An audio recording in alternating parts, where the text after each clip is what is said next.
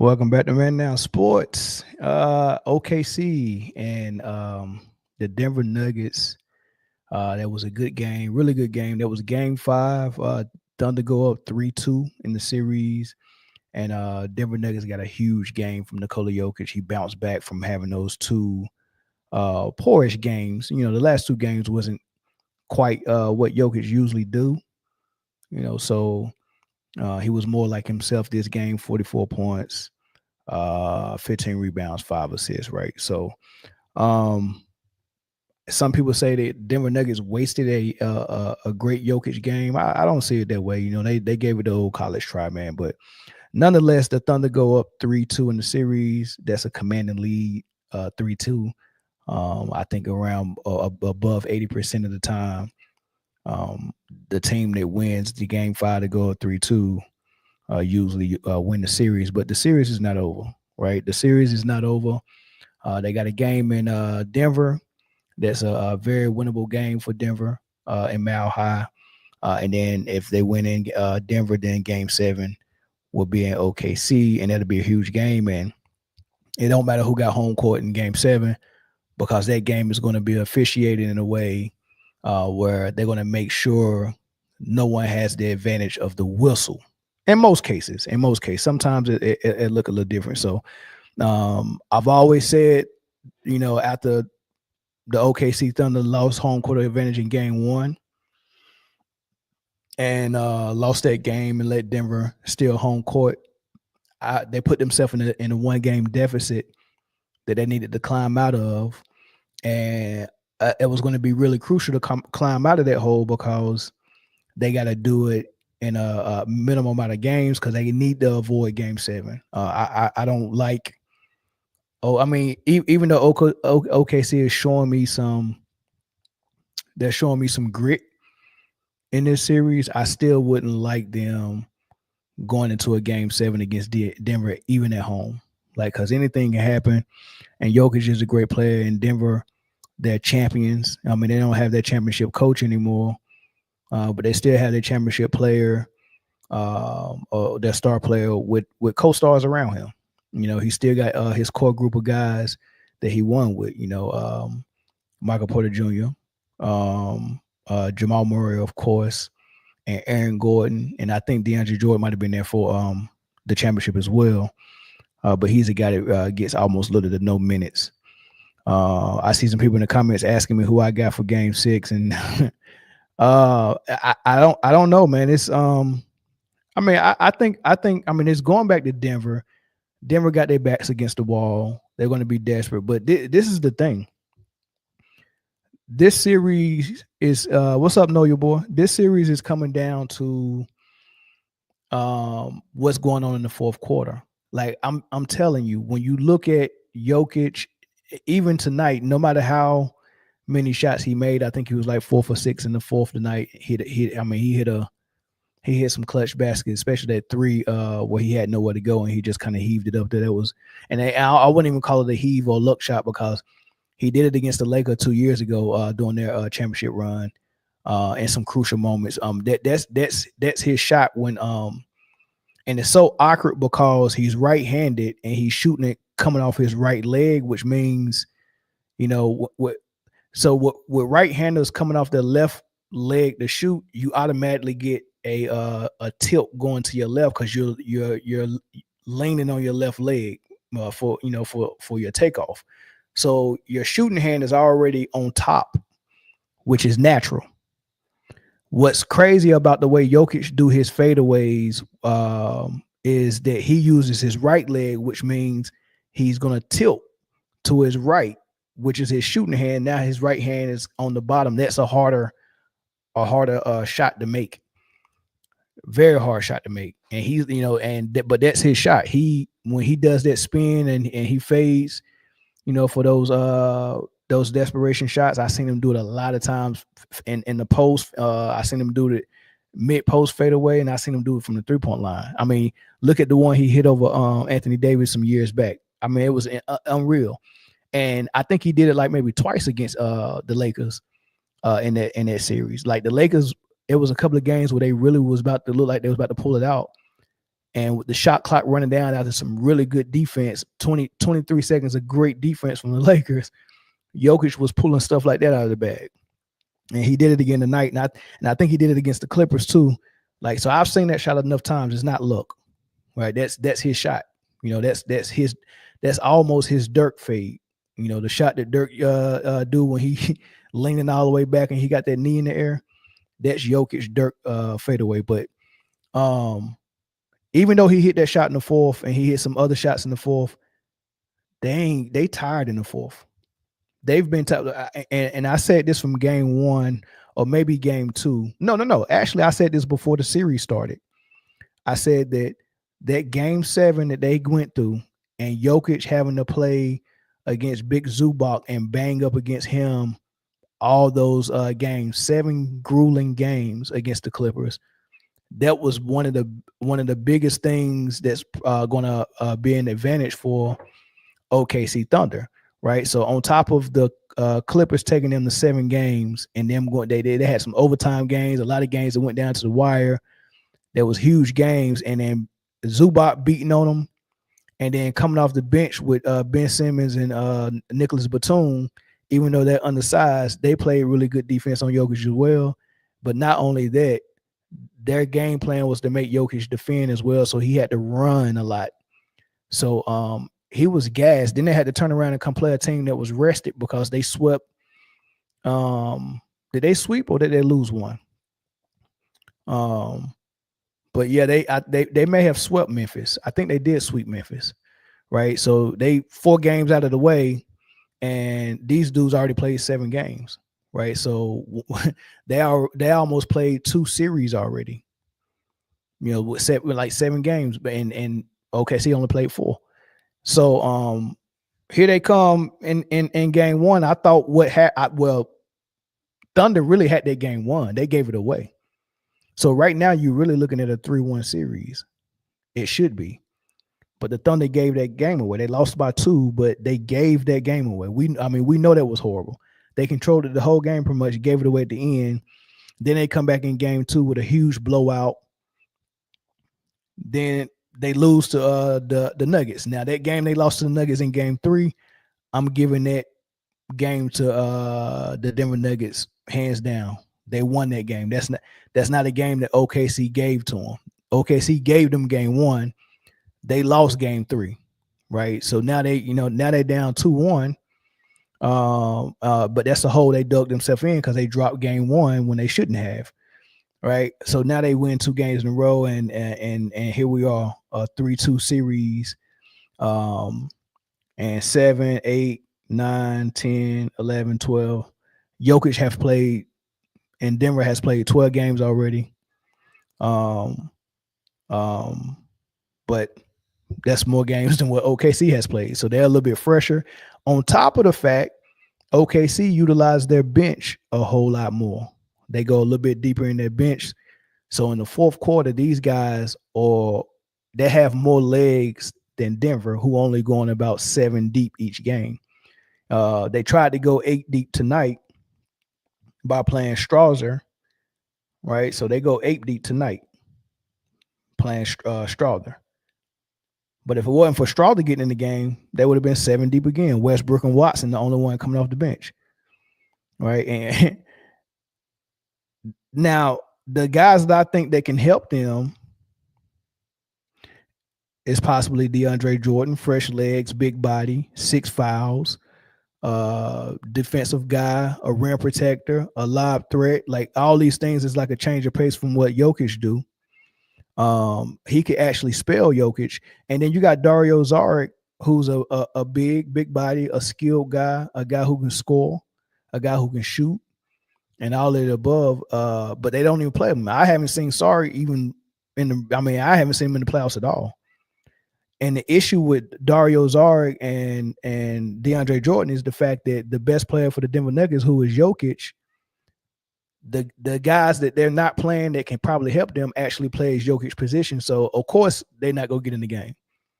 They want Jokic on the floor as much as possible. So what's the point of having 2 backup centers if you never go utilize them? You can't find no minutes for them because it's kind of like when Pete Myers played for the Bulls when Michael Jordan came back. Oh, you backing up Michael Jordan? Okay, what minutes you gonna get? That so imagine if the Bulls lost, like when the Bulls lost to Orlando, the year that Michael Jordan came back and was wearing 45. Imagine if the media just went on ESPN and was like, "Oh my God, they ain't Pete Myers ain't helping." How the hell Pete Myers go help? Right. So, they talking about all these bench players helping them. They got 2 bench players that back Jokic up who's never gonna get minutes. So that's 2 guys that you're not gonna use. And the rest of these dudes, you don't even know. So after Westbrook, Watson, and Strother, that's 3 guys off the bench. DeAndre Jordan and Dario Saric would be 5 guys. So they could go 10 deep. But then again, they can't, because if they go 10 deep, then that means Jokic is on the bench. And they don't want to do that. So it's a catch-22. Right? So they a lot of people are trying to come up with and I hear somebody said Najee. Osmosis Jones said Najee as well. I like Najee as well. But once again, he's a big body down there. Like, do you think about what Aaron Gordon has meant to your squad in the Clippers series and in this series? I mean, he had a game winner against the Clippers, which was huge. That game winner, that tip-in dunk that Aaron Gordon got, that was the difference between the Clippers advancing and Denver advancing. Because if the Clippers won that game, I believe they win the series as well. That was enough momentum for them, for them to get over the hump. So that was huge and crucial. On top of the fact he had great scoring games and great defensive games and great shooting games, and then he comes to this series and he hit another game winner, hit some more. I mean, I think he hit a game winner for 3, and he hit a clutch 3 in the game 3 that they won. Right, so game winner, was it the game winner or was it the tying 3 to send them into overtime? It was one of them. It was a crucial 3 that hit in that game 1. Gordon hit, and then the other game they won, he hit another crucial 3 as well. I mean, the dude just been phenomenal. So good luck finding out who you go bring in the game to help you out. I mean, you got, like, to go deep into your bench, you got to have the type of offense that cultivates that. And right now they really relying on Jokic. Like, they really rely on him. They rely on giving the ball to Jokic on the wing and letting him do whatever he do, and everybody play off that and wait for a pass, or him just going in the post and then doing the same thing. Right. So the offense is give Jokic the ball and let's hope for a double team so he can pass out of the double team and we can get something going. Or Jokic just take the shot if the double team don't come. And when he get tired of doing that, we just get the ball to Jamal Murray and do a screen and roll with Jokic and Jamal Murray. That's the offense, right? So, I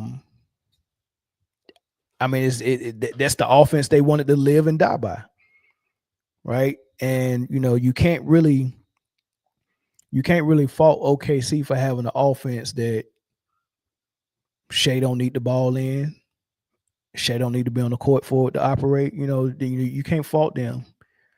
And he can't lose points for that in the MVP race either. Just because they operate in the offense that utilizes a team concept more than a one-on-one concept or a one-man show concept. But the games that they got in trouble in the fourth quarter, SGA have went one-on-one a little bit too much, and they're loading up and playing like a 3-2 zone. They got 3 guys up top, and one is almost like a 1-2-2. I call it a 3-2. I ran it on some of the teams I coached on the Navy base. I love that 3-2 right there, man, because it's so you can get pressure in a zone, which is crazy. Like, you're playing zone, but you're getting pressure up top. Well, you're vulnerable on the backside. That's obvious, but the strength of the OKC Thunder is not really on that backside. It ain't like they got Embiid back there or Wembanyama back there, So when they got those three up top, we know SGA wants to do damage at the elbows. We in the mid range, we know that he want to utilize the dribble drive.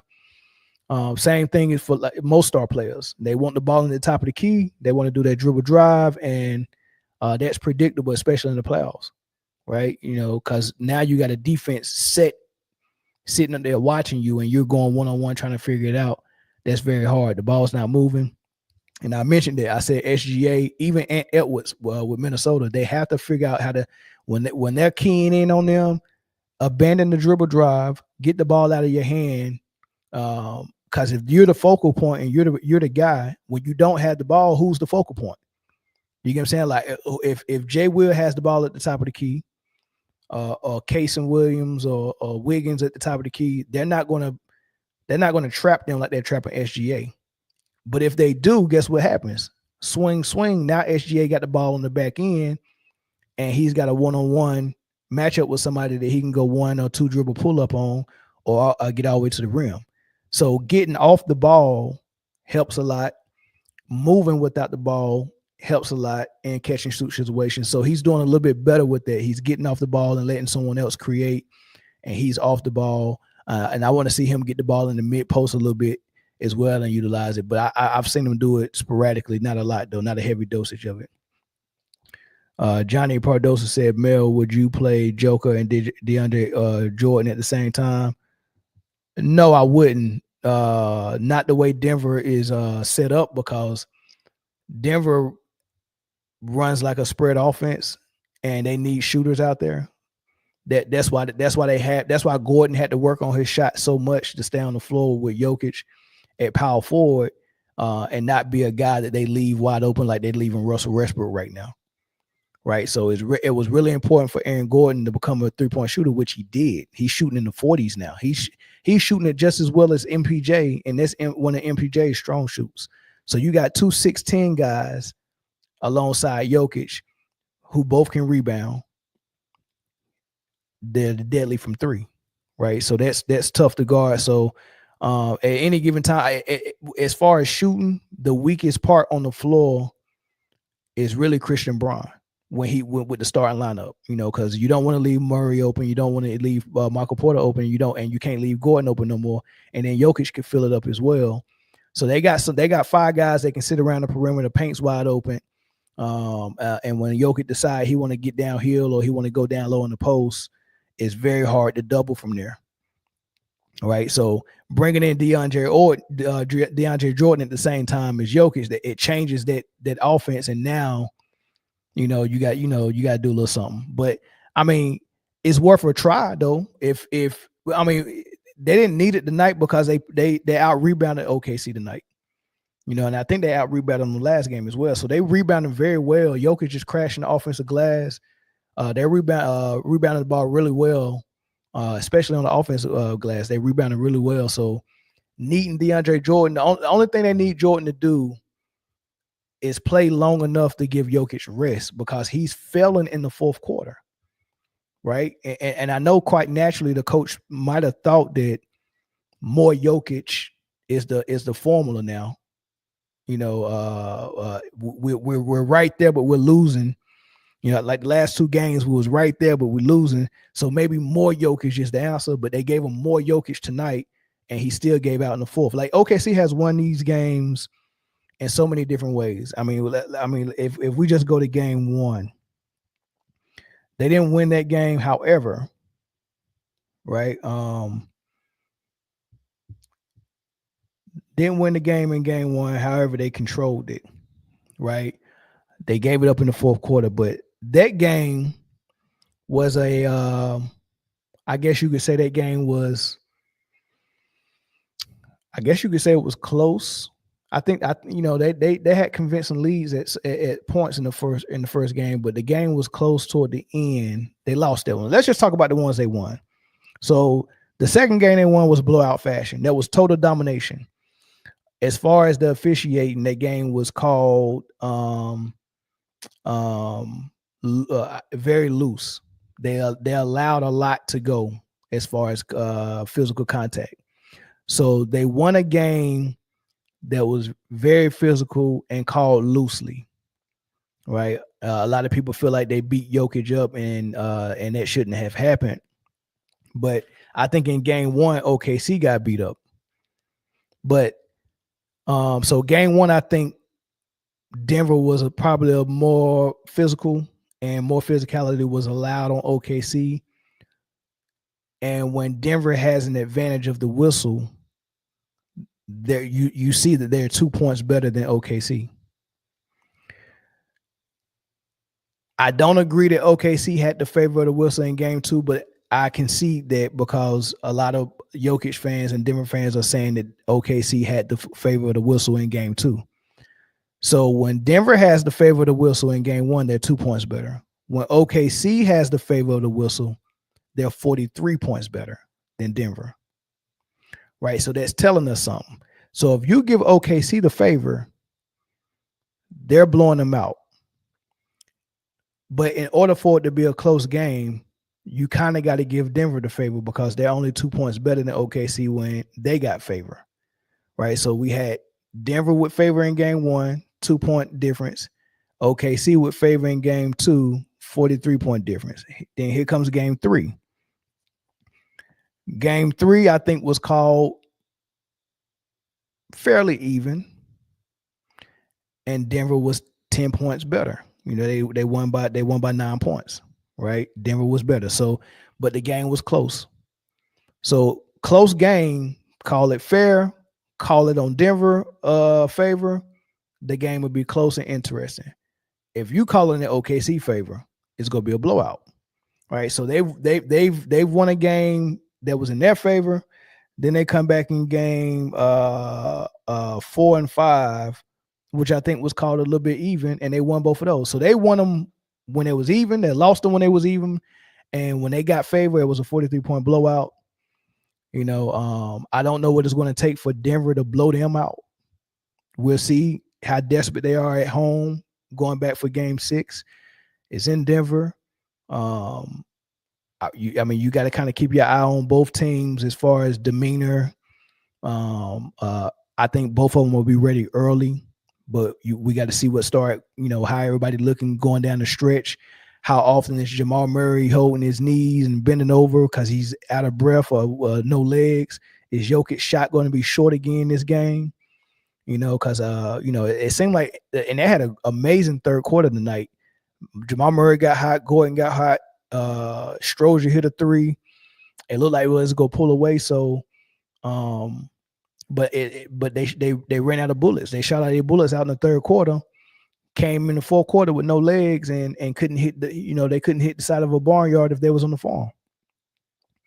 Right? Westbrook was airballing corner threes. Jamal Murray was bonking them, and it was one possession. They got 3 straight offensive rebounds, and they took threes on all the offensive rebounds and bricked all of them. Jamal Murray got 2 of them, and I can't remember who shot the other 3.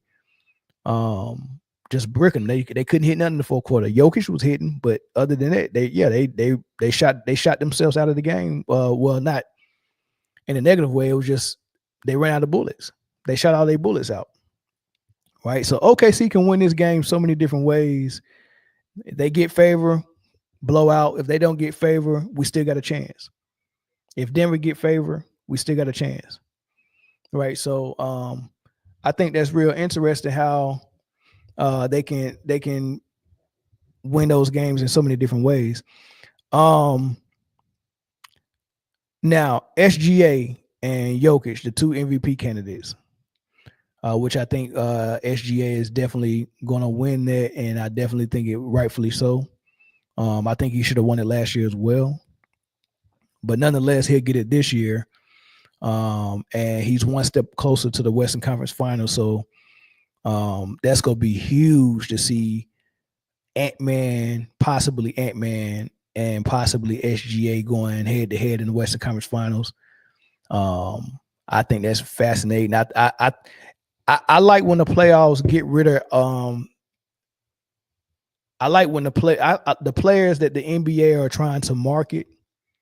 It's good to see them out of the playoffs because now the teams that are left, it doesn't seem like the NBA has an agenda for them to succeed. So you'll see more evenly called matches. I don't think the Boston and New York game or that series, I don't think that series has been officiated too even. It seems like there's a gap in roster and talent with ball. I mean, it's the defending champs, and they bought everybody back, right? Porzingis not all the way healthy, but there's a gap. Like no one even picked New York to even win a game in this series, right? It's an obvious gap between the defending champion Boston Celtics and the New York Knicks, right? And the way they're officiating the game is closing the gap. Advantage New York. So they're giving the defending champs a challenge. Hey, can you win this way? Like if we grading on a curve and we close that gap between you and New York, can you win that way? And obviously Boston is coming out and showing their better team. Game one, they up 20. They get bored, start playing with their fourth quarter come. All of a sudden, they're calling the game different, right? You can get away with a whole lot of contact against Boston. And here come the Knicks. Exciting. Now, why would the referee get in the way of a fantastic finish? Why would the refs get in? Like, if I work for the NBA and the main objective of why we exist is entertainment, why would I let such a small thing like integrity get in the way of a team making a comeback? Why would I stop that momentum? Right? It's exciting. The crowd's into it. The ratings, nobody can turn their TV off. People even watching the commercials because they can't wait for the action to return. Like they don't get in the way of that, right? So I mean, you got to know that it's a business first, right? It's a business first. So you gotta kind of fix your mind, and what you see is not always what's there. You know what I'm saying? You got to really think. Like people think this is just 100% pure. Like, oh, this is not tainted at all. But the main goal and the main objective is money. Who do you know start a business and you know what? I'm off my soapbox on that. But the point is, I think the officiating with the New York Knicks and the Boston series was a little off. Now, could Boston had still won like that? Yes. I don't think they're doing it to make the Knicks win. I think they're doing it because if they don't do it, it'll be a blowout every game. So they're closing the gap with how they call it. And the Boston Celtics just wasn't ready to win, playing against that challenge that they was presented with. Right, Boston wasn't playing well enough. They're shooting too many threes. They're not playing team ball anymore. Whether Tatum will admit it or not, it seemed like he got something to prove. Like he don't want another playoff to go by where people are saying, "Oh, you ain't even the number one." So he's proving something. So I seen very less of Jaylen Brown. I seen a lot less of team ball. I seen a lot less of Porzingis, especially in the fourth quarter. And that's been biting New York in the butt. Or not New York, but Boston in the butt. Because that's not how they won last year. Last year was a balanced attack. And it was so balanced, people didn't know who was more valuable to the team, Jaylen Brown or Tatum. And like the lines are blurred. They was both playing so phenomenal and doing their role, but now it's a little bit different. Tatum was doing a little bit of Luka ball, to be honest with you. A lot of one-on-one, a lot of ISO. Right. So not a good idea. So they didn't play well enough to win, but they also was playing against a challenge presented to them by the NBA. So yeah, that was the agenda in the Boston series. They were just trying to help the lesser team out to make it a more entertaining series. And Boston couldn't overcome it. But now you got to eat. I think Indiana and New York are two evenly matched teams with how they play offense and how they rebound and how they defend. Both got good coaches coaching them. The chemistry is good. They both got a star point guard who can give you buckets, and they're both clutch. Both have been clutch in the playoffs. They both got big men. I mean, Turner and Karl Anthony Towns are very similar in stature and size, and both can shoot it. Turner a little bit better shot blocker, but and Towns is a little bit better perimeter player. He can handle the ball a little bit, put it on the floor. So you got you got that. You got Siakam, a big small forward to play power forward as well, just like they got OG on the other end. Like very similar teams, very evenly matched, right? So the top dogs, Cleveland and Boston, well, it looked like Boston is going to be out of here. Cleveland is already out of here. So you got those top dogs out of the way, and now you got these two teams that are very evenly matched. The Eastern Conference Final, if it's New York and Indiana, is going to be very evenly matched. No need for agendas.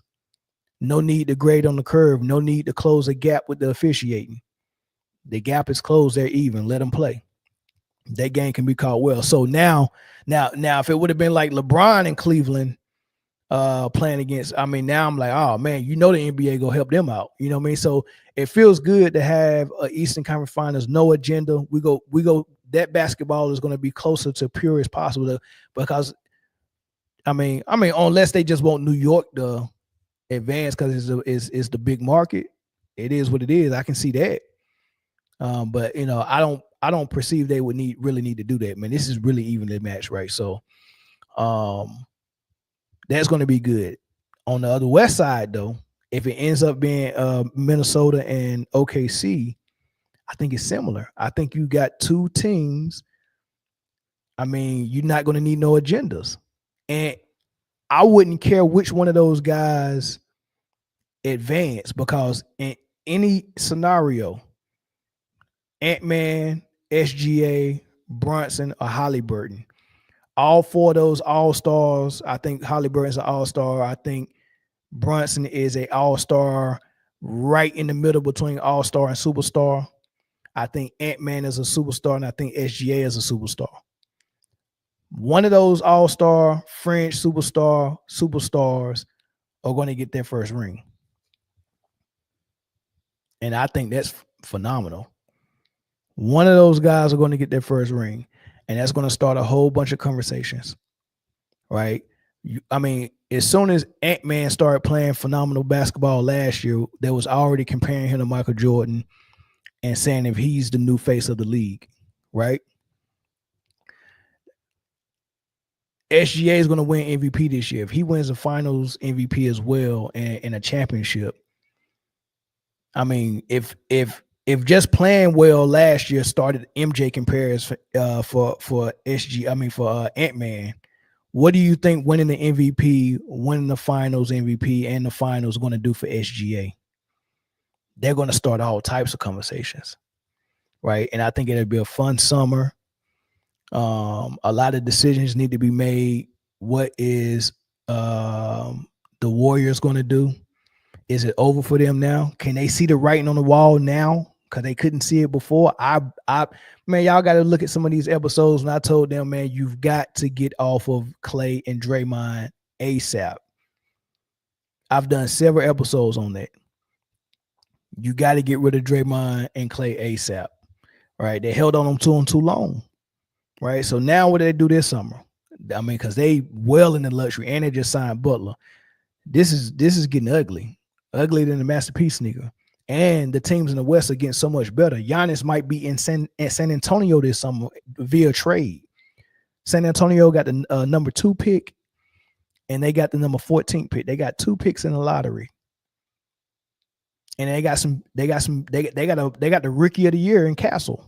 So as far as pieces, what do you want, Milwaukee? We'll give you the rookie of the year, Castle, great player.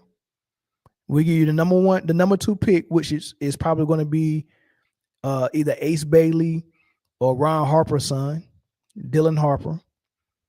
I think now on the big board they got Derek Queen from Maryland, who's a freshman, big man, really good player. They got him like top 10. But I mean, the guys they got in front of them, I don't think they're number ones that can lead the team. Queen can be a number one in my opinion. He's a potential number one option in the NBA in my opinion, if you watch him play. So I don't know. I mean, he's young, he's a freshman. I guess he didn't do enough to impress people for him to be a top 5 projected pick, but they got him like top 10. They got some guys in front of him. But just think about it though. If you give up the number 1 pick, which can turn into one of these top guys like I said, Ace Bailey or Dylan Harper, and then you turn around and give them the number 14 pick, they can turn into somebody like McQueen. I mean, not McQueen, Queen, Derek Queen from Maryland. So imagine Ace Bailey, Derek Queen, and Castle. You get 2 picks in Castle. And throw in another future pick for Giannis. And now you got De'Aaron Fox, Giannis, and Wembanyama. Good luck, Golden State, right? Good luck, West. Giannis coming to the West, good luck, right? So Golden State, bye-bye. Then you got Denver. You pay MPJ, you pay Jamal Murray, you pay Aaron Gordon, you pay Jokic, right? To pay all of those dudes, you lost Caldwell Pope, you lost Bruce Brown, boo-hoo, you lost your fifth option in the starting lineup, and you lost a 6-man, a bench player, right? To give you an idea of what that would look like for a championship team to lose there. Who won it last year? Boston. So that's like losing. Who started? Holiday started. Who was the 5th option? So yeah, Holiday, Brown, Tatum, Porzingis, and Derek White, right? Between Derek White and Holiday, I mean, Holiday's an all-star. He's better than Derek White, in my opinion. So imagine losing Derek White. That's equivalent to Caldwell Pope. Maybe he's the 5th guy. Imagine if Boston lost Derek White and somebody that comes off the bench that does pretty good. Let's say Pritchard. So let's say you lose Derek White and Pritchard. Does that give Jason Tatum and Brown a reason to not be a contender anymore? I don't think so. Right. Who won it the year before last? Who won it before Boston? Was it Denver? It might have been Denver. Yeah, so I don't understand. I don't understand why losing Bruce Brown and Caldwell Pope means that, and they still had Caldwell Pope last year. So the year before, after the championship, they only lost Bruce Brown and Jeff Green. They lost Bruce Brown and Jeff Green, and couldn't make it back to the finals. Couldn't make it back to the conference finals either. Right. And everybody's saying, "Oh, that's the reason." Oh man, they ain't got no bench. They ain't got no help. I think that's a cop out. I think it's a cop out. But nonetheless, these teams getting better in the West. If Giannis come out west of San Antonio, I think the Clippers got another run. Kawhi starting the season off healthy, I think is good. They may add a piece maybe, but I think Houston's still on the come up. They still got something they can do. I mean, I don't know what Phoenix go do. They still got pieces out there. Maybe they can turn it around, but maybe Durant end up somewhere else as well. I hear Houston is thinking about Durant. I hear Dallas is thinking about Durant. Oh, and don't forget Dallas. AD starting the season healthy with Cooper Flag as the number 1 pick. Kyrie comes back at some point. Dallas gonna be better, right? Can the Lakers get back? So I think the teams that are trending down, Luka and the Lakers trending down, Steph Curry and the Warriors trending down, Denver Nuggets and Jokic trending down. The teams in the West trending up, OKC Thunder, the Rockets, possibly San Antonio when Wemby comes back. Minnesota. Minnesota's trending up. Yeah, I mean, it's a lot to talk about. I'm going to open the phone lines up, y'all. I want to hear y'all thoughts. I see some comments in here. Let me see what y'all saying. Depends on how much the Rockets would give up for KD. Yeah, it does depend on that. KD to Memphis is interesting. I don't know. I don't know about KD to Memphis. Dallas does look very good. I would, and a lot of people are wondering if they should trade their pick. I don't think so. I don't think trade. I like Cooper Flag. I really do. Especially coming in and not having to be the guy that's the number one option as a rookie, right? He's not going to have to come in and deal with what Wembanyama had to deal with in San Antonio. That's a lot of pressure for a rookie, and I don't think he's good as Wemby. So, but him coming in and having AD and Kyrie when he comes back, I know he's probably gonna miss everything up into the All-Star break possibly. But I think Dallas should be, if they're healthy, they should be able to hold it down. They're going to need to go and get a point guard that can run the offense while Kyrie is gone. And by run the offense, I mean he needs to be able to score. Preferably, I would want him to be a good to great defender. Someone that's going to run the offense and make sure Lively is getting fed lobs and stuff like that. Make sure Gafford is getting fed lobs. Make sure they can run the fast break and make sure he can set AD up to be the number one scoring option. But this point guard would also need to be perfect to go down to the bench when Kyrie comes back and still give you value, right? So he needs to be valuable as a starter and then be somebody that's not too good so he can go to the bench when Kyrie comes back. And I think that point guard, if he becomes available, is Dennis Schroeder, right? I would go out to Dennis Schroeder 100%. That's the point guard they need in Dallas until Kyrie comes back. So if I got Schroeder running the point, I don't think Clay will be a starter next year, even though he's making decent money. And I wouldn't say Tyus Jones. I just don't like point guards that can't give me nothing defensively. Right, Tyus Jones is a really good point guard, but he's one of those point guards that,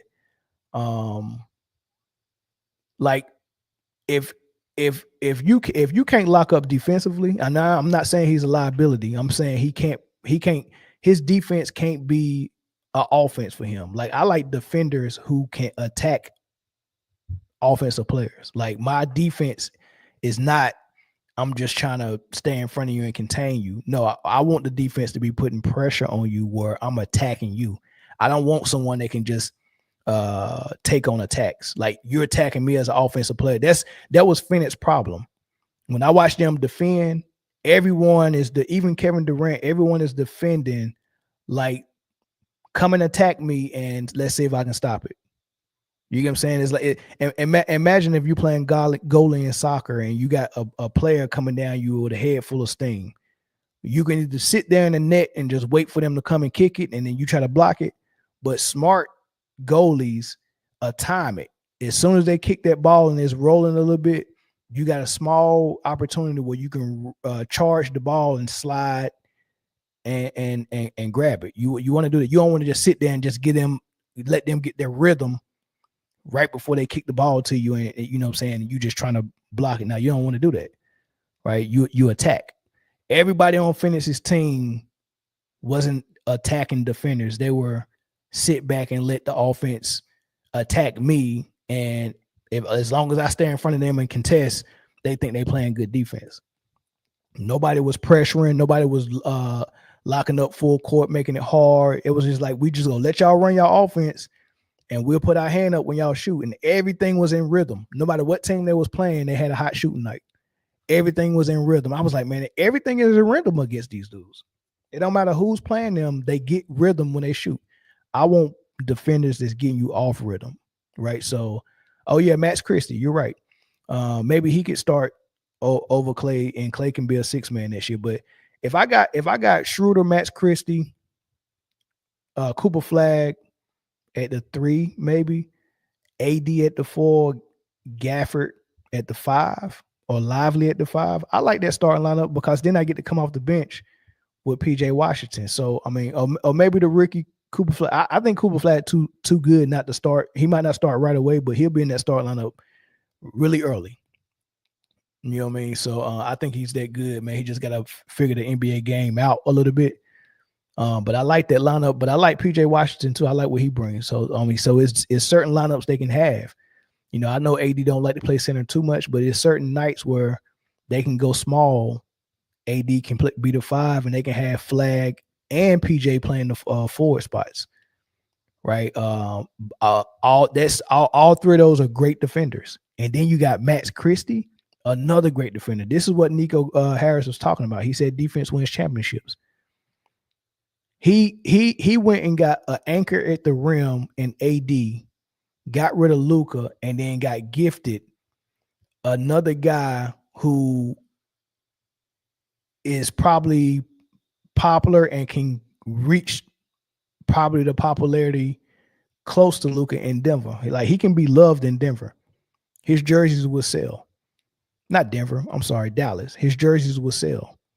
Right? He'll be a fan favorite, and if he's good, it's going to work. And he's a good defender. He blocks shots. He jump out the gym to get blocks.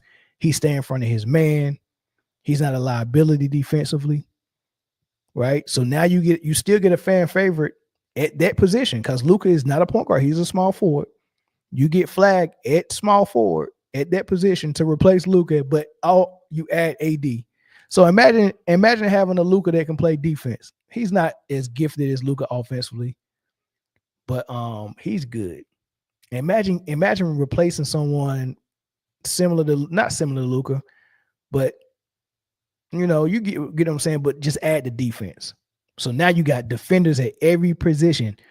If you got Schroeder, Max, and Cooper or PJ, AD, like, that's all defense. Lively, Gafford, AD, Cooper, PJ, Max Christie, Schroeder, and Clay used to be a really good defender, but he probably just can't do it for 4 quarters and defend your best player, but he ain't gonna be no slouch out there. So even when Clay's out there, someone who's dedicated to the defense. A lot of defenders all the way down the board. You got to go all the way down to the 9th man to get someone who's not that good at defending. And it might be Dinwiddie if he's still there after this summer. They're gonna have a team full of defenders that can also score. Right? So he said my eyes are shining like a vampire from center. I'm already invited in, so whoever live in here, good luck tonight. You know, man. Hey, man, phone lines open, man. Y'all call in and talk to me, man. Tell me what y'all think about this Denver game tonight and all that stuff. Somebody said Cooper Flag is Van Horn of this generation. I can see that. I said the same thing. People forget how good Van Horn really was, and that's not an insult. Van Horn was like that. Van Horn was before his time, though. Having a 6'11" guy that can handle the ball and shoot like that was not something that the NBA really cared about having back then. Right? They wanted their 6'11" guys to be post players, defenders, shot blockers, and Van Horn just wasn't. You know, people didn't know how to use them. You know, I was really big on Van Horn. I mean, he came out the same year as Tim Duncan. They went 1-2, I think, and a lot of people really didn't know who was going number 1. Like, that's how good Van Horn was, man. Like, Gordon Hayward is another good one, Rich Dog. Gordon Hayward. I would say he's more of a Gordon Hayward, but more athletic, jump higher. I think he's taller. I think Gordon Hayward was 6'7", and I think Cooper Flag might be listed at 6'10". Yeah, so Gordon Hayward for sure. Gordon Hayward might have been a better shooter, but I think Cooper's a better athlete and a better defender. Yeah, so Gordon Hayward was like that too. That's a good one, Gordon Hayward. I think the size and the height makes me think more Van Horn. And so yeah, Andre Karolinko. I mean, Andre Karolinko, he wasn't an offensive package like that. He was a good defender. You know what I mean? So that's interesting. Caller from New York, what's up? He wasn't an offensive package like that. He was a good defender. Caller from New York, Hello? you got to cut YouTube off. I can hear the echo. Hello? Yeah. Hey, everybody put a 1 in the chat if y'all can hear the caller. I'll make sure my stuff is set up right. Put a 1 in the chat if y'all can hear the caller. Caller, can you hear me? Yeah. Go ahead. What's your thoughts? What's good, man? I'm good. I've been watching your show. My first time calling you. Oh, that's dope, man. I appreciate it. Thanks for the call. No problem. I feel like Mavs need to go get KD though, because I feel like Kai gonna be out till like after the All-Star. I think they need like a score. Like I think KD would be the perfect fit over there.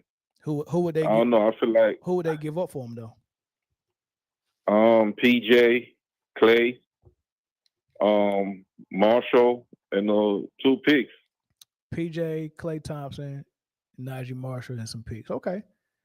Yeah, I don't know. I feel like I'm a KD fan. I feel like the NBA be shitting on my boy for too long to look out for LeBron, because I feel like LeBron know for sure that he can fuck with KD, and I feel like NBA knows that they be trying to fuck KD forever.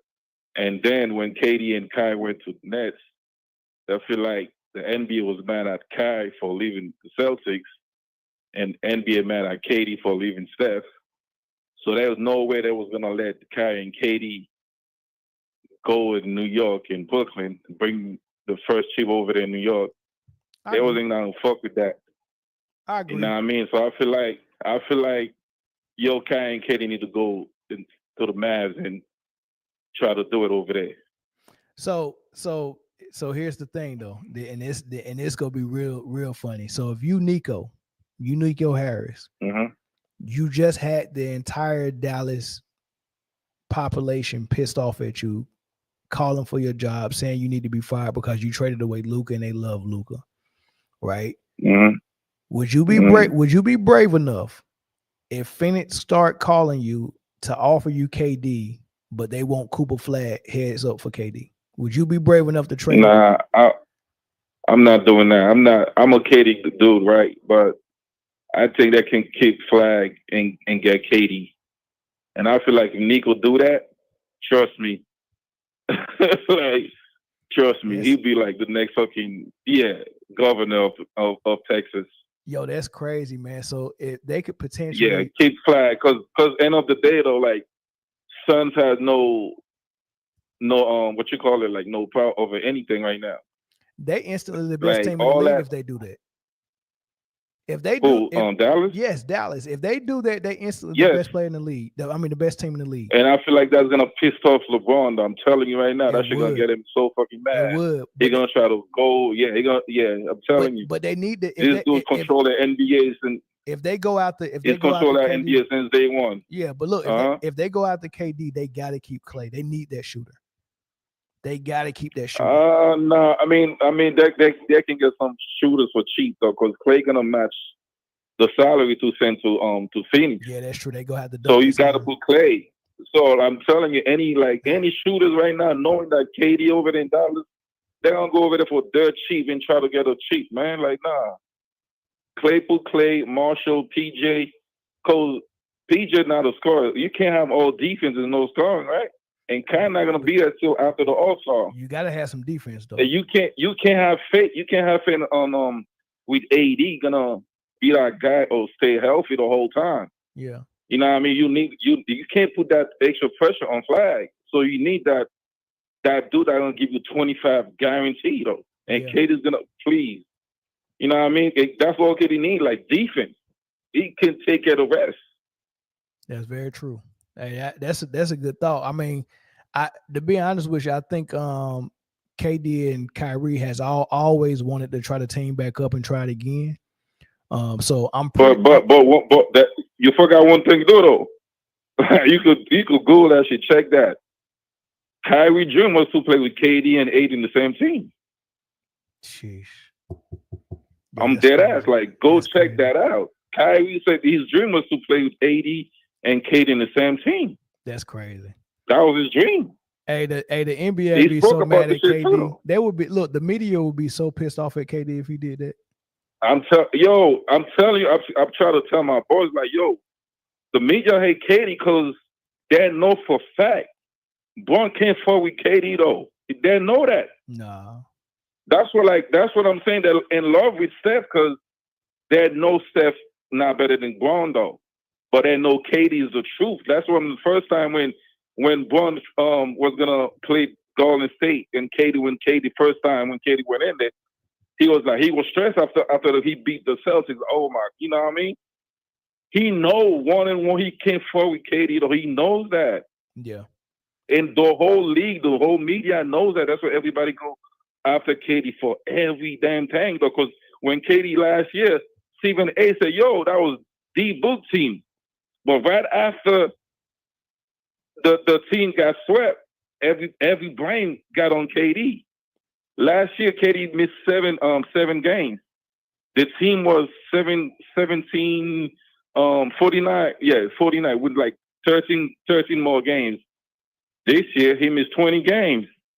They went 3-17. Yeah, and crazy. They were down 17 last games. So, like, come on, stop playing with the guy, though.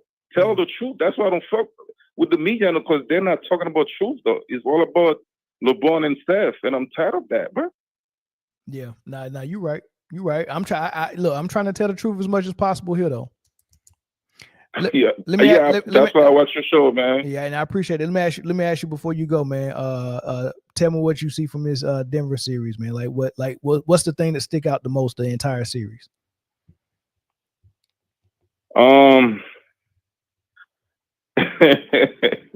They keep talking about Joker and Luka. They keep on Luka is not a defender, and I'm thinking Jokic is the same shit. Same. No true. Defense, and just like, no defense and no stamina. Yeah, they is one side of the ball, and when you play tough, like you on his face, he can't move. He can't. He folded. That's why he got 3 good quarters, and the 4th quarter his legs out.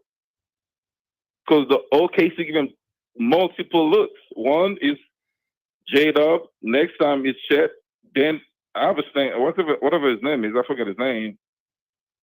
And they keep giving different looks, so he can't actually see what's coming. So when he's ready that's why he always try to get Chet on him, but no, Chet is too small. Like, he's long, but he's too small, so he can Dub go low, and he's strong. And you got all them dark, you know what I'm saying? So they give him different looks, so he can't see what's coming. Yeah. And after the 3rd quarter, he's done. Like, the 4th quarter, he's out. He can't play no more. Nah, you ain't lying. I tell you what I see though. I definitely see the fatigue setting in. But I'm gonna tell you something else I see. You know, and I don't know if Denver wins Game 6 and take it to a Game 7 and win Game 7. That's very possible. But honestly, they should be down 3-1. That's first and foremost. And I think the Thunder, they're definitely the better team. And if the refs get out of the way, it'll be blowouts almost every game. You know, the refs are keeping them in this. It's gonna be a Game 7 because Ballhead Silver need that EU money though, so he gonna force a Game 7 though. Hey, he ain't gotta force no Game 7 for money. He making a lot of money off this playoffs, man. Look, the New York Knicks are relevant, and they playing exciting basketball with a player that looks like a superstar. So that's one thing. Right, so he's fine, and then the playoffs has been very physical. People have been watching. I know when the ratings come out, it's got to look good for the NBA when the ratings finally be made public. It's got to look good because I've been tuned in almost every game, man. But I see what they're doing though. I see what they're doing. I don't think that they ain't got to force no Game 7s. They ain't got to. He need to go, man, because like soon LeBron retired, bro. Adam Silver need to go because the whole thing was trying to get his own. He have his own goal because Davidson has MJ and the beginning of Kobe, so he tried to create his own fucking goal. He tried to give everything to that. Look, I'm telling you, bro. Like this dude has no game though. That's why he never want to play 1v1 because he got no games though. Nah, Melo been saying that shit. Everyone like PG, all them niggas, all them boys know he got no game though. He just be bullying people and all that. Like he got like all that time of 20-something years, bro. Come on, bro. Give me like your signature move or shot or something. Yeah. He ain't got none of that. Last question. And you got a bunch of media that's just know nothing about basketball. All they do is just getting a paycheck from little clutch and clutch sports and just come on TV and talk a bunch of crap. And like people that know basketball, like just believe anything some clowns say on TV, though, even that they know the truth. They see the truth every goddamn day, though. Like believe in yourself, believe what you're saying, bro.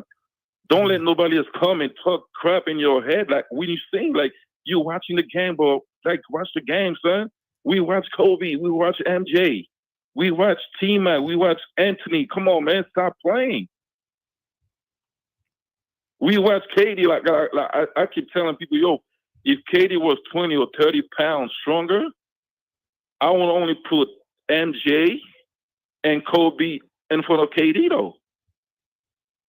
Yeah, that's interesting. If he had the Mamba, like that killer into like a MJ, like a Kobe, that was just like, yo, I'm gonna do whatever the fuck I need to do to kill you. It would be MJ, Kobe, and KD. Like KD is a pure basketball, bro. Yeah, a pure like every shot is like there's nowhere that you could put KD and he cannot score. Yeah, you make a good point, man. Hey, thanks for the call. But the whole media in the NBA, man, just trust Amanda, and I hate that, bro. Yeah, nah, you're right. I see it too, bro. I see it too. You ain't the only one. You ain't the only one. Come on, man. You ain't the only one. But yeah, thanks for the call, man. Come on, man. No problem, man. Appreciate you, man. All right, no doubt. Yeah, so he ain't tell no lies, man. KD's like that, but the NBA is a business, man, and if you're not their guy, you're not their guy. You know what I'm saying? You're not their guy. Caller from New York, what's up? Hello, hey Mel, this is Sabrina again. What's good? How you doing? I'm good. What's your thoughts on the on the Denver game? Like you said, they got the core players, and Jokic. I don't understand how he only was on his third foul shot with 5 minutes left in the fourth quarter. Who, Jokic? Yes. He only shot how many free throws? No, but in the fourth quarter, they were stating that he was only on his third foul shot. Really? You trying to say nobody hacked him before then? Who, Jokic? I mean, I'm gonna be honest with you. Jokic was pushing people down purposely. I mean, Williams took a great charge right in the middle of his chest. Jokic knew he charged him and stopped playing because he thought they was gonna call it. They didn't call it. Then he scored. He threw somebody down. Yeah. Every screen he set was moving. I mean, they let him get away with a lot tonight. Yeah, he pushes a lot of people under the rebound as well. I ain't even. But he can't handle those two big guys. Yeah, they did him up pretty good. He scored pretty good today, though. He scored pretty good today. So yeah, his team let him down. Well, Michael Porter Jr. need to be sitting on the bench because he's in a serious slump. Well, it's not just a slump, man. It's his shoulder. Yeah, so that's why they need to sit him down. I mean, you can't be a detriment. No, well, they have been sitting him down. But when they bring Westbrook in for him or Watson in for him, it's not enough. It's not enough 3-point shooting for him, and that's another flaw with this offense. When you play an offense where you have to have shooters all over the floor, you can't utilize other parts of basketball that's important. Like now you got Westbrook, who is a great hustle guy. He gets offensive rebounds, he gets loose balls, He brings a lot of energy. He runs on a fast break. He does all these things. He gets to the hole, and Denver can't use it because they need a shooter in that offense. So now you can't even utilize Westbrook. You can't even utilize DeAndre Jordan and his great rebounding and rim protection. They have no rim protection in, right? You can't even use the rim protection you got because he's not a shooter. So with that offense, you only looking for shooters, and then you wonder why you don't have no help. Well, I mean, in a regular basketball game, everybody's important. Imagine if everybody's important, no back cuts. Exactly. Imagine it. What would Dennis Rodman do in Denver's offense right now? Yeah. Be on the bench with DeAndre Jordan. You think so? Yeah. Where you gonna use him at? Oh, he's not a shooter. They got to learn how to use lobs when you got big guys. Listen. Dennis Rodman would have no place in the Denver offense. He would have to learn how to shoot threes just like Aaron Gordon did. Yeah.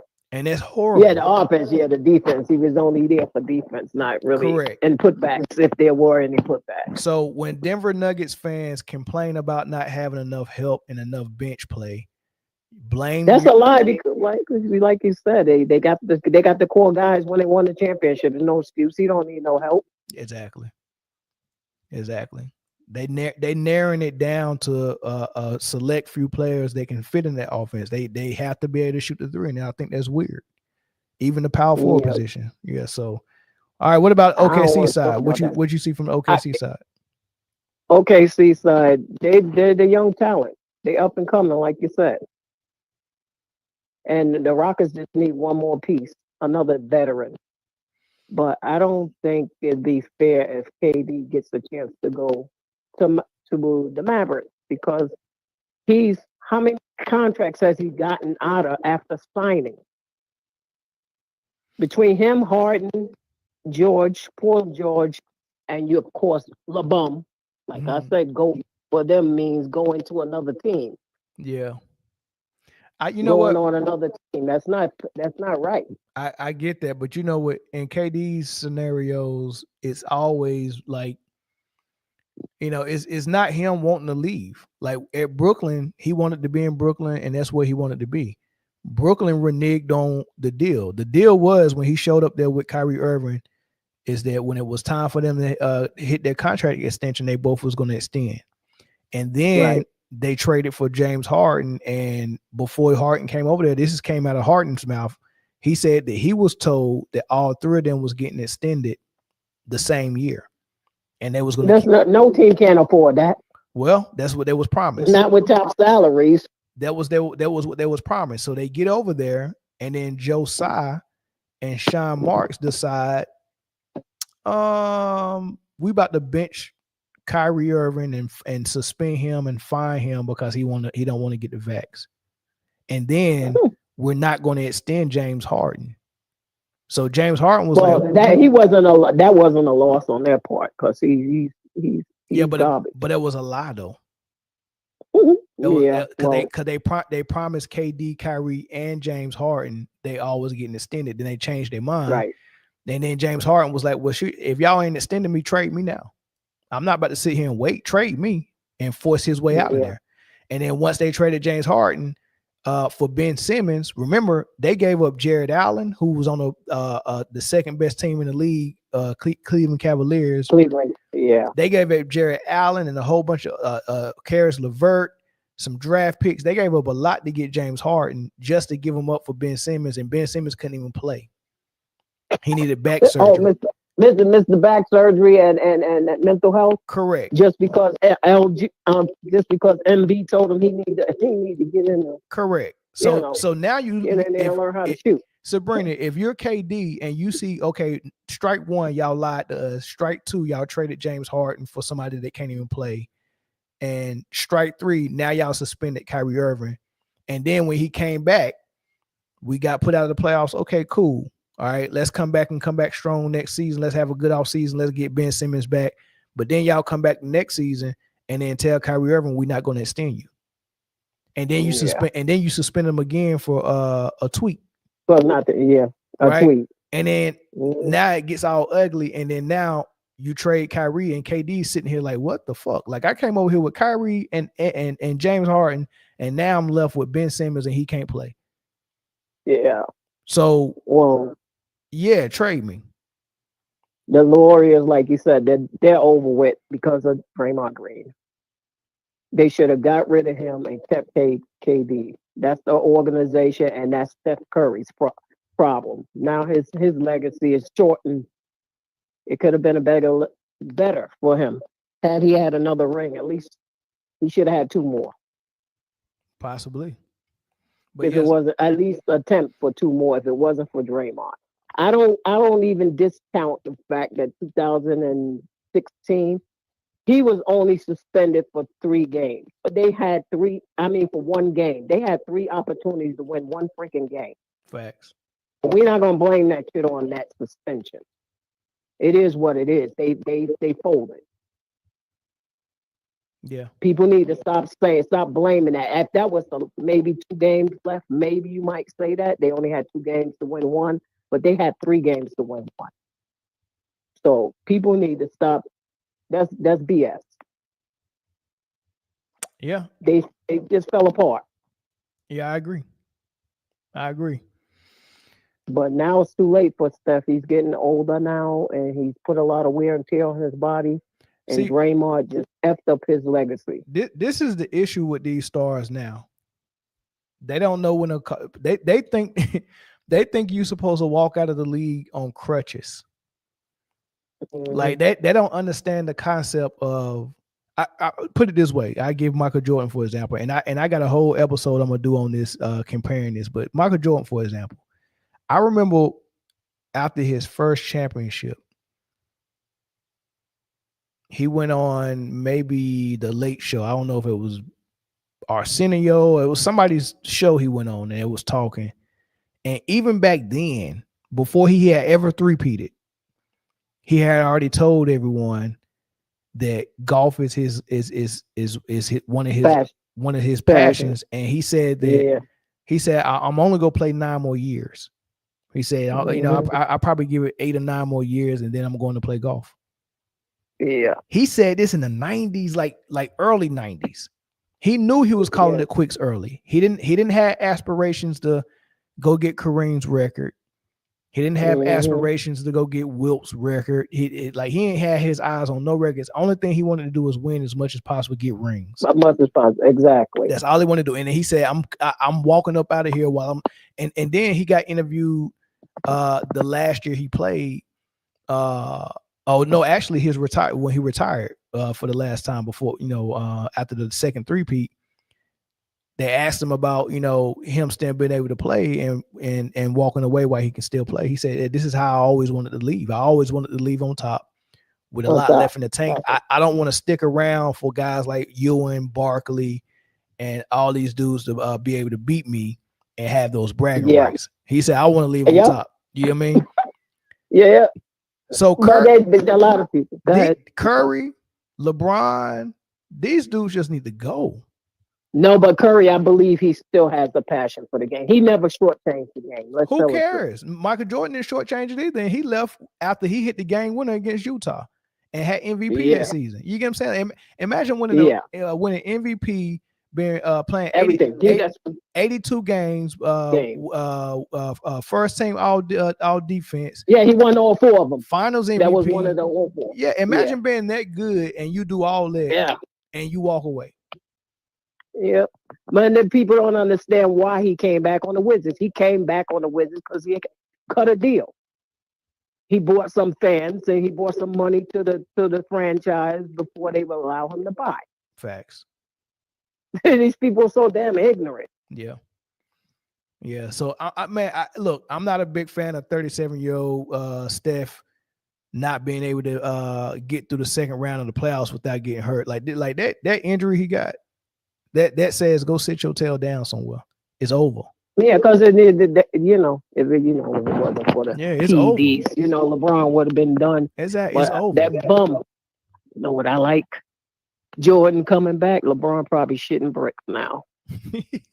He should have retired while he had a chance because now the media and sports Forget about it. What They done next year. I'm gonna be smiling and cheesing. So, what do you think his role is going to be with NBC? I don't think it's going to be huge. I think he's going to do something similar to what Kobe Bryant did for ESPN with Kobe's Detail. I think he's going to be breaking. No, but yeah, he's gonna be breaking it down. But who else to break down a game is somebody like him? Exactly. It's definitely gonna be different than Mind the Game. It's gonna be real. And yeah, he gonna be teaching the game for real. You think the Mamba Academy was good? Hey, wait the MJ to teach it. I mean, like people went to the Mamba Academy and they still like Julius Randle. He said the year he spent with Kobe before he retired, or the 2 years he spent with Kobe before he retired, it still resonate with him now. And yeah, he got that footwork. Yeah, and he said the work ethic and all of that stuff, right? So, like Kobe got a lasting effect on people. Kyrie Irving, Kawhi, Paul George, yeah. Like, don't forget about AI. Of course, yeah. So, don't forget about and imagine MJ putting his stamp on. Oh man, I can't wait till next year. Oh my God, LeBron is done. He should have got out what good is good. I told you that he outdid himself this year, and I knew sooner or later Jordan was going to have enough of that crap. And I just watched Sports T tonight. Somebody made a good analogy that maybe he got something else going on with the channel, meaning that he may want to be a partial, owner or something. NBC. Yeah, I'm pretty. So I mean, yeah, I'm pretty sure they got some type of deal, like because NBC and like they spent a lot of money on this TV deal, so they got to make sure they hit a home run. And bringing the goat to the real goat. Yeah, bringing him in there, they had to make it a sweet deal for him, so he getting some money out of it. Oh yeah, some of the fanboys is really going to be having a fit. Fanboys, Unclutch Sports. Paul, what's his name? What's his name? Rich Paul. Yeah. They all gonna be bald, just like LeBron when this whole thing is over with. Pulling out their hair because he's finished now. He should have retired while he had a chance. Yeah. You. He ain't getting no farewell, nothing now. You spit. Jenny Buss, she's done now. That circus over there. Ooh, I wish some multi-millionaire just buy that franchise right underneath her. She ain't gonna never sell that. But she gonna have a good time next year with Luka and that fatness, boy. Dallas gonna be over there laughing. They got Cooper Flag. No, hopefully. Cooper Flag ain't Cooper Flag gonna be in shape every year. He ain't gonna be fat. He gonna be coachable. He gonna be able to play without the ball. He gonna play defense. Crying. Oh man, two cryberries over there. But I really want Luka to lose. I mean, I want him to leave for his own mental health, because he got a big dose of what's gonna happen as long as LeBron is still there, and he's not giving up them 2 years on that contract. If he's smart, he's not leaving no money on the table. If he's smart, he walk. He leave. Walk where? Because he can't go on no other team. Because no other team wants him. Period. He's gonna have to give up the money altogether. Somebody want him, man. Wow. He need to do what Dwight Howard did and walk away from LA.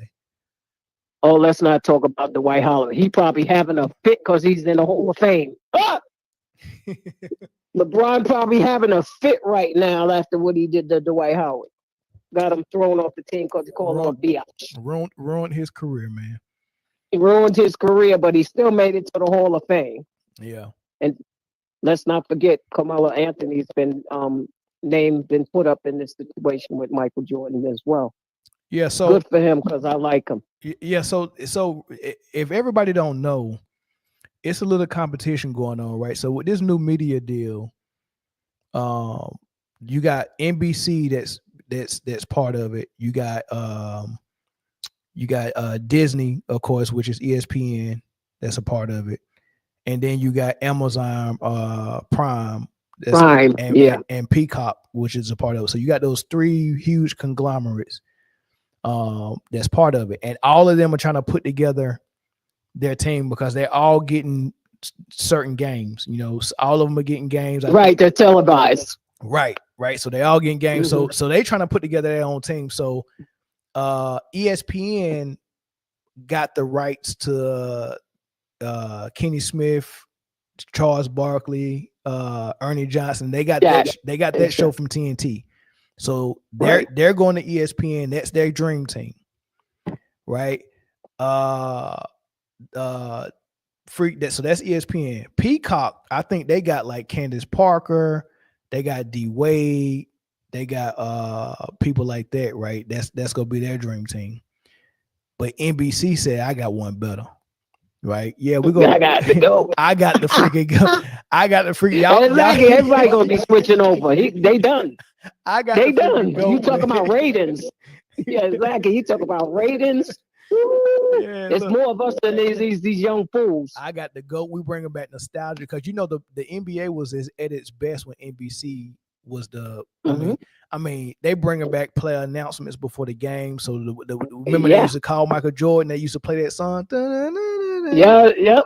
Correct. They're bringing that back. They televising the player announcements. They bringing back the old NBC on NBA song. They bring that back. Oh man, Michael Jordan coming back. Carmelo, Jamal Crawford. NBC go be where it's at. It was that. I was doing my happy dance. My cat was looking at me last night like, what the hell? I was in here yelling when I saw that on Ticket TV, I believe. Yeah.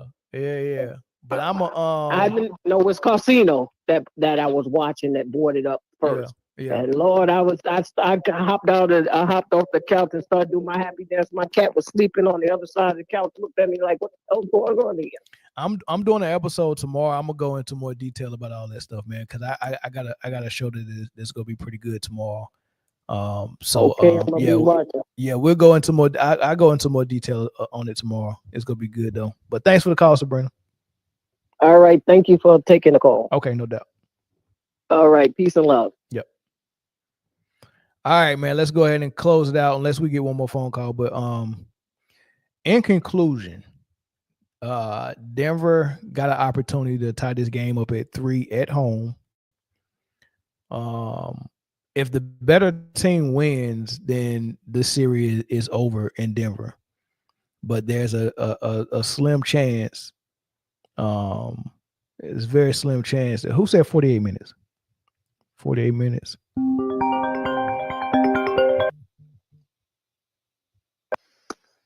Caller from Durant, what's up?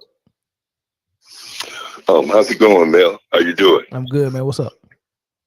All right. I'm surprised to see you up this late, but I wanted to chime in something.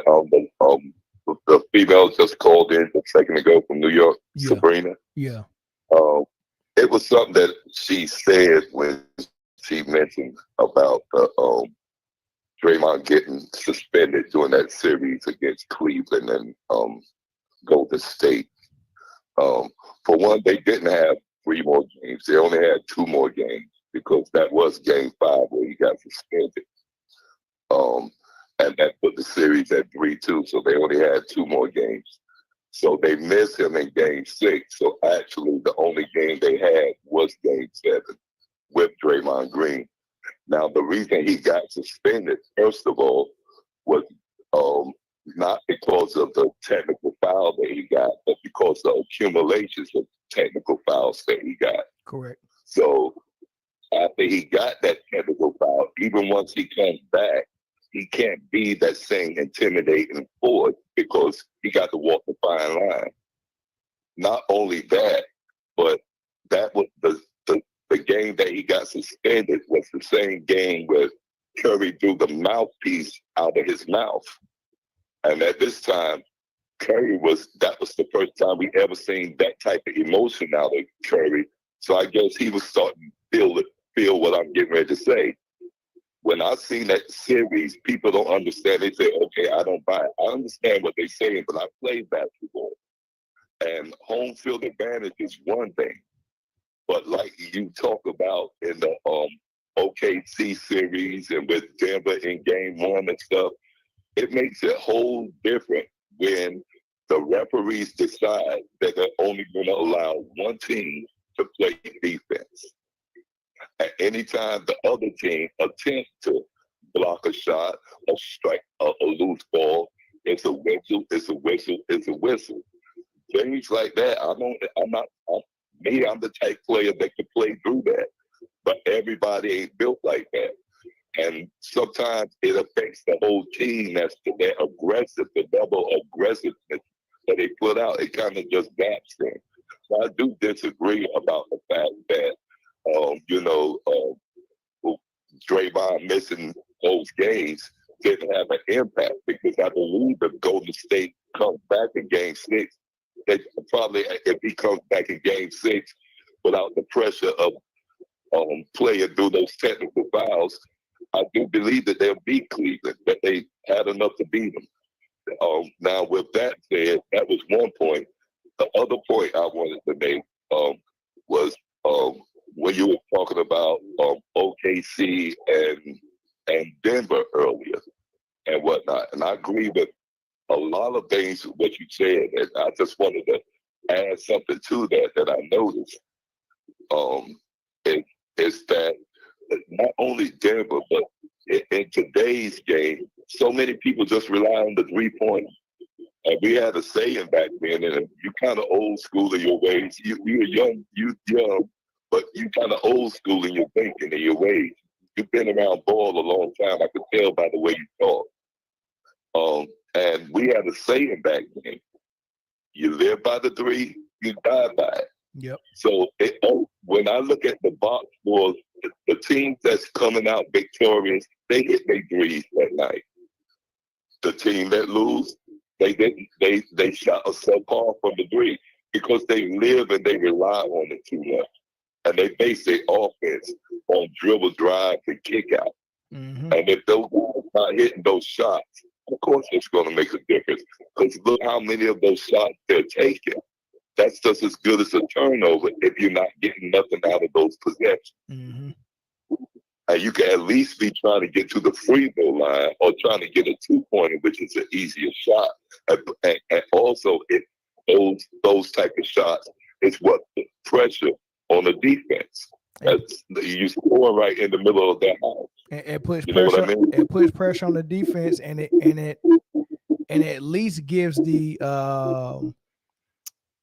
possibility of you picking up a foul on one of those. Like if a big man is the star player and you driving at him constantly, he go give up foul. Like it got to the fourth quarter. I think Jokic only had 2 fouls. Most of that was because they wasn't calling nothing. But I mean, they you got to challenge Jokic. Make them call it. You actually, that's what the game of basketball is about. You go at those key players. And you try to get those key players, whether it's a guard or a big man, but particularly a good big man. You want him out of there. And you don't get him out of there if you don't attack him. You have to attack him. That's to me, shooting that many threes don't allow what we're talking about. Right. And so you need everything to 3-point shooting. And if your 3-point shooting is off, it wasn't that guys couldn't shoot the threes. San Antonio back in the day when they won their first one, you had guys up there like a Mario Ellie. Of course he could shoot the 3. He could play in today's game. Sean Elliott, of course he could shoot the 3 and put it on the floor and play defense. These guys could play in today's game, but there's no way back then a coach will allow them to take 7 to 8 threes per game. I tell you one thing. I've never played for a coach that allowed a 3 to go up before the ball hit the paint. Like somebody's feet got to touch the paint, and it's got to be some passes. Like getting a 3 off a pass is understandable, but coming down in a half court and only one person touching the ball and he jack up a 3, that is a no. That's not supposed to happen. Now, that's terrible basketball. Right, but if you're the star player and that's a heat check, I get it. You know, man, you hit 2 threes in a row. Now you bring the ball up court and you pull another one, a heat check. Got it. We used to call those heat checks. I got that part. But you missed 2 threes, you missed 3 threes in a row. Okay, now it's time to get in the paint. Let's get to the free throw line and let me see that ball go in. You know, and then maybe I can start hitting some jump shots. Let me hit a layup. Like that's what you're supposed to do. If you miss 2 in a row, your net shot's supposed to be in the paint. You're supposed to be trying to get to the free throw line. Something. They're not doing. But let me back up though. Let me back up to your first point. To the OKC. I mean the Golden State and Draymond situation. You said You said the game was called a certain way. So you acknowledged that Cleveland was getting more leeway with how they guarded Steph, with physicality. You're saying that, right? I remember everybody, because they was letting J.R. Smith just close hang people out the air, not falling. I got it. I got it. Just listen, there was down. There was down. Hold on. There was down 3-1, and I got it. They probably wanted to go to a game, a game 5. Oh, I'm sorry, game 6. I get it. I remember. I remember Aisha Curry. If you can see this on the screen, this is what she tweeted after the game that Steph Curry threw his mouthpiece. I lost all respect. Mm-hmm. Sorry, this is absolutely rigged for money or ratings. I'm not sure. I won't be silent. Just saw it live. Right. So yes. And I agree. And I'm a basketball fanatic. I'm a type of person, when I see it, you do believe it's there because I love the game that much. I dissect the game that much that I can clearly see when you're not allowed to play the real game of basketball. And just like it's so noticeable. Something else that's noticeable, and I wanted to point out, because people don't talk about this. I hear a lot about what they're saying about the Dallas getting that number 1 pick, after they gave away Luka. Here's one thing that people don't see. Okay, beginning when LeBron went to Miami. When he went to Miami, 3 years after he was there for 4 years, after that first year, 3 years, Cleveland Cavaliers got the number 1 overall pick. Mm-hmm. It's like, okay, we're going to get LeBron away from you, Cleveland, but don't worry. We're going to give you these number 1 picks. Okay. Now, LeBron leaves Miami. He goes back to Cleveland. That year, they got the number 1 pick, who was Andrew Wiggins, and they traded that to Minnesota to get Kevin Love. And it's like they say, okay, don't worry about it, Minnesota, because you gave away your best player. We'll make sure you get the number 1 picks next year. And they did, and they got Karl Anthony Towns. Now, he leaves Cleveland and goes to L.A. And when he goes to L.A. the second year, he acquires AD from the Pelicans. And it's like, okay, Pelicans, we're taking your best player away from you. We'll make sure you get the number 1 pick the next year. And they did. They got Zion. When this trade happened at mid-season with Luka, I was telling all the people who know me, and they would tell you I told them this, I said it would not surprise me to see Dallas get the number 1 overall pick, and they did. Yeah, but that's how the NBA operates, though. I mean, we know this is a business, and we know they got total control over what happens. That's like you think it's a lottery, and they just putting pinballs and no, they're not. Like they got control over that. Like, why wouldn't you? Like, why if you can control how much money you make based on where you put your marquee players and what market and all that stuff and what teams win, you would control it. No businessman that's about making money would just leave that up to chance. That, like, there's no such thing as a league where the commissioner is there just to sit and watch everything happen, and only time he does work is if he got to find somebody. No, they're scheming and making decisions that's going to produce more money for them.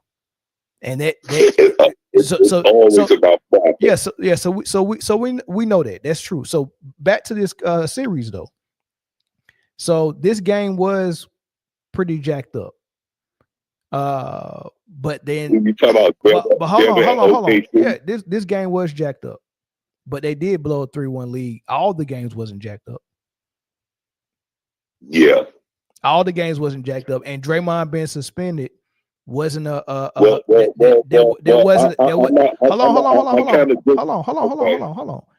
Draymond being suspended 1 game wasn't a good enough reason for them to blow a 3-1 lead. That's number 1. Number 2, I've seen games where Golden State should have lost, and just this year, or that same year when they was down 3-1 to OKC, they did OKC like this. Well, hold on. And hold on. That ain't the only time.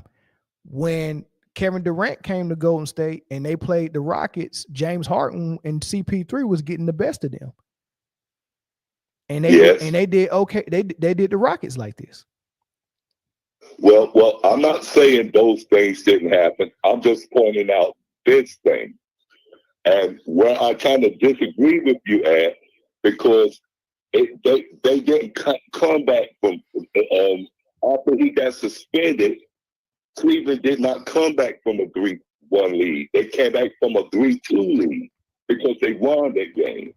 So there's only 2 games left. Hey, but they told me Curry was a top 10 player of all time. If you tell me MJ got a 3-2 series lead in the finals, and they about to play a game, they about to play a game 6. Hold on. MJ about to play a game 6 against a Houston Rockets team or whoever they play, Utah. It's 3-2. It's game 6. What you gonna do, MJ? Pippen back just gave out on you, and he can't even play the whole fourth quarter. What you gonna do? Or MJ, you got the flu. What you gonna do? I agree with that part. If MJ can win a game with the flu, Steph Curry can win a game without Draymond. But he's not MJ. Let me say this to you. What I'm saying is the reason why Steph was in the position to win is because of Draymond. Draymond, to me, in my opinion, was the most important player next to Curry on that floor. Without Draymond, then Curry is pretty much, yes, he can score, yes, he can shoot, but we talking about winning championships. And when it came to that, Draymond Green was too important to go to state for him not to play in game 6. Because that's the next game. See, they lost game 5. That made the series 3-2, so there's not but 2 games left. And he couldn't play game 6. He didn't play not until game 7. And when he did, Golden State played that game at home. But when you look at how the game was called and you can go back and watch it, it seemed like they were on the road. Yeah. It seems like the Golden State were playing on the road. And what you attribute that to? Well, the refs called the game, but like you said, this is I'm not disagreeing with you. I'm agreeing with you, saying even the point that y'all made about these players still sticking around. I think the fact that Curry's still sticking around, KD sticking around, I think that's a testament to Michael Jordan. I think he's the only reason why they're sticking around, because the media and everyone else is trying to float out. Well, if he win another one, he's to go. But if he win this, he's to go. If he win that, he's to go. So I think that's their admission to say, I'm not there yet, so I'm going to stick around because we chasing Jordan. Well, regardless of why they're sticking around, we want them up out of there. They supposed to be out of there. They wearing their wear come out, man. They how many guards in the 90s played till they were 37? That was hard to do. I mean, John Stockton played till he was like 41. Well, he was an anomaly. But yeah, for the most part, a guard career was over by the age of 34, 35 in the NBA. Listen, I need them stinking corpse up out of here, man. They smelling. Every time I see a loss, hold on. Let me say this. Every time I see a Laker game on TV, I smell shit. It's a corpse in here. They need to get up. All I see is a dead body with a lot of flowers and perfume on it, and it smells like Pepe Le Pew. Every time I see Steph Curry, hold on. Every time I see Steph Curry, it's Pepe Le Pew. You know how many games he had? He played against the Houston Rockets. He had a game where he was like 2 for 18. Yeah. Like this is a top 10 player. He was 2 for 18. And same thing with Jokic, trash for 2 straight games. But he just hit 44 points a night. And then I hate watching a game where I see somebody that's sucking that need to retire, and the commentators is trying to flower it up for me. They always get a LeBron stand like Richard Jefferson to call the Lakers games. So every time he fuck up and do some dumb shit, Richard Jefferson can tell everybody that's listening how that actually was great. I'm tired of this, man. Like this is making the NBA boring to watch. I'm looking at LeBron and see that there's nothing special, but you're telling me it's special in my ear. It's not cool. Steph Curry and LeBron James is the most overrated superstars that we've ever had in the league. They are, and neither one of them in my top 10. Neither one of them, because what you're saying, what you said was so true about that Cleveland and Golden State series. I don't care if Draymond Green goes down. If you are that top 10 type player, you're supposed to be able to carry that team. That's a fact. That's what I'm not disagreeing. I'm just saying that's why they lost, because Curry ain't no Jordan. He's not. He's not. And none of these guys are. He's not Jordan. He's not Larry Bird. He's not Magic. So those guys will find a way to win. Steph Curry, in my opinion, is Mark Price just in an era that allows him to shoot a lot of threes. If Mark Price got a chance to shoot 18 threes a game, wow. Hell, if Ray Allen shot 18 threes a game, yes, it would have been crazy. You get what I'm saying? So Mark Price, and when you watch Mark Price play and Steph Curry play, it's a lot of it's a lot of identity theft there. They play very similar. The way they move, right? They move. It's the way they jiggle. They sell, and they both good finishers at the rim. Yeah. You know, I give them that. They both play the same with the ball. I think Steph Curry play a little bit different without the ball. I think Steph Curry run off screens a lot better than Mark Price in catch and shoot situations and stuff like that. You know, so I think Steph got Mark Price ability with the ball. Well, that's only because Steph, by nature, actually is a two guard, not a point guard. Correct. And because you remember, because I think you said you had some North Carolina ties, so I know you remember when Curry was here in Davidson. Of course, I did. Yeah. When he was at Davidson, I went to watch him play in Bobcats Arena when they played the Wolfpack. This was like one of his first, because he was playing schools that wasn't huge names his sophomore season, but his junior season they gave him a national televised schedule, and when they played the Wolfpack, they played him in Bobcats Arena in Charlotte. Huge game. Yeah. LeBron was down there on the sideline. That was his first time coming to watch Steph Curry play. It was a huge game. Steph Curry showed the hell out, boy. Yeah, I took my son to watch that game.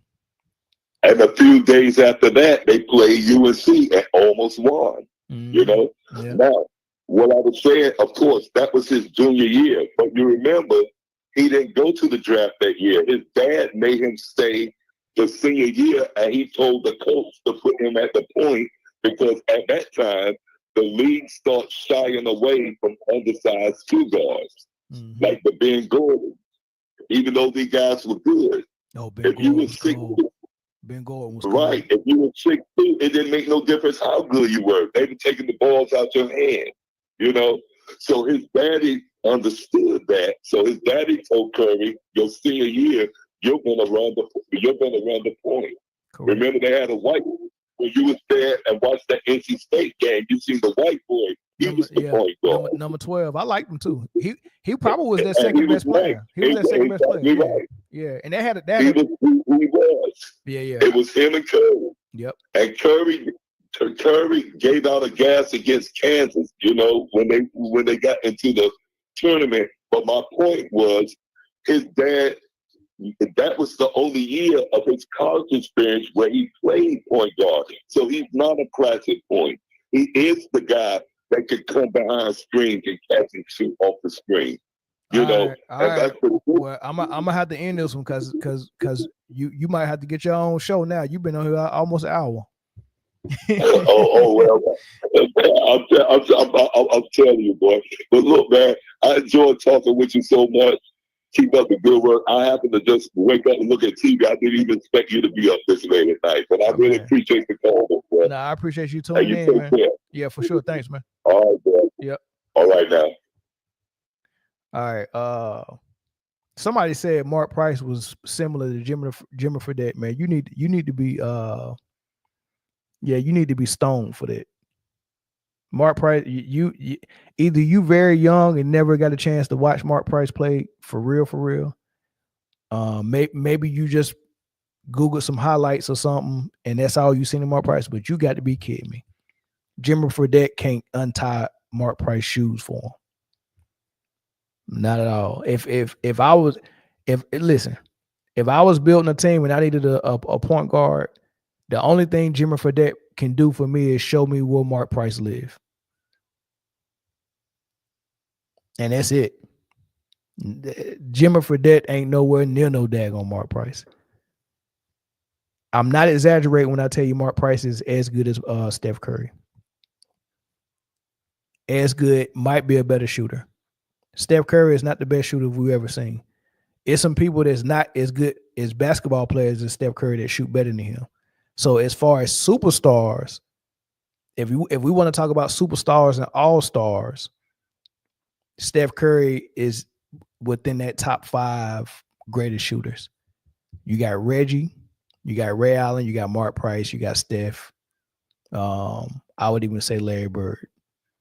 Percentage-wise, Larry Bird's percentages aren't as high as Steph, but it is what it is. He was a great shooter for sure. He won the first ever 3-point contest. Dale Ellis is a great shooter, but he's not an all-star or a superstar. So amongst the superstars, because if you're not an all-star or a superstar, of course your name is not going to be as big as Steph's.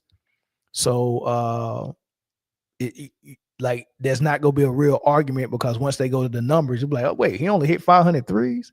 Well, sure. I mean, he barely got in the game, right? Craig Hodges is one of them. Dale Ellis is one of them. All great shooters. Steph's dad, Dale, the one who taught him how to shoot, he's just as good a shooter. I seen somebody say Clay. Clay's a great shooter too. Yeah. But I don't even know if Clay's top 5. Y'all underestimating how good Reggie Miller, Ray Allen, Larry Bird, and Mark Price shoot the ball. I mean, if you just go down the list of who are the type of players who have ever recorded a 50, 40, 90 season, there's only probably about 7 players in history who's done 50, 40, 90. Mark Price, Steve Nash, Steph, Reggie, Larry, Kyrie, KD, that's 7. That might be the list. Google it. 50, 40, 90. I'm 50% behind the I'm 40% behind the 3. I'm 50% from the field and 90% from the free throw line for an entire season. 50, 40, 90. I think Steve Nash has done it multiple times. He was a great shooter too. But his shooting percentage was really great. Number one, because he's a great shooter, but number 2, because he really took calculated shot. He didn't take a lot of shots, and he didn't take a lot of off balance and contested shots, right? He was really calculated with what shots he took. A lot of them was open, because he'd rather continue to dribble the ball and get the assist rather than jack a shot up. Steph Curry, he's shooting from 5 feet behind the 3-point line. He's pulling up just 2 steps in front of the half court, crossing the line. He's running off of screens, 2 people hands in his face, throwing it up. You know what I mean? So the type of shots that he's throwing up, it's amazing that he does 50, 40, 90. Same thing with Kyrie Irving. All his stuff is contested. KD, all his stuff is contested. Right? So to shoot 50, 40, 90, to be the number 1 guy who's getting all the attention and you're taking a lot of contested shots, that's some amazing stuff. Right. So yeah, Steve Nash done it multiple times. Mark Price done it. Larry Bird done it. Steph, Kyrie, KD, Reggie Miller, and maybe Ray Allen. But that's the list. That's about it. That's amazing stuff, man. Somebody said Dale was an all-star. Dallas robbed him of half his career, traded to the Sonics. Top 5. I mean, I love Dale as a shooter. But it's so many of them, man. Eddie Johnson. Daggone great shooter, man. played for Houston, Phoenix. Eddie Johnson was a shooter. I really like Dale Ellis. Tracy Murray was a great shooter. Malcolm Brogdon did it too. Yeah, Malcolm did it as well. I think when he was with Milwaukee. But yeah, Tracy Murray was a great shooter too, man. Lord have mercy, man. Glenn Rice was okay. I don't think Glenn Rice is in the Mark Price and Steph Curry range, but he was if this is a top tier of Ray Allen, Larry Bird, Reggie Miller, Mark Price, Steph Curry,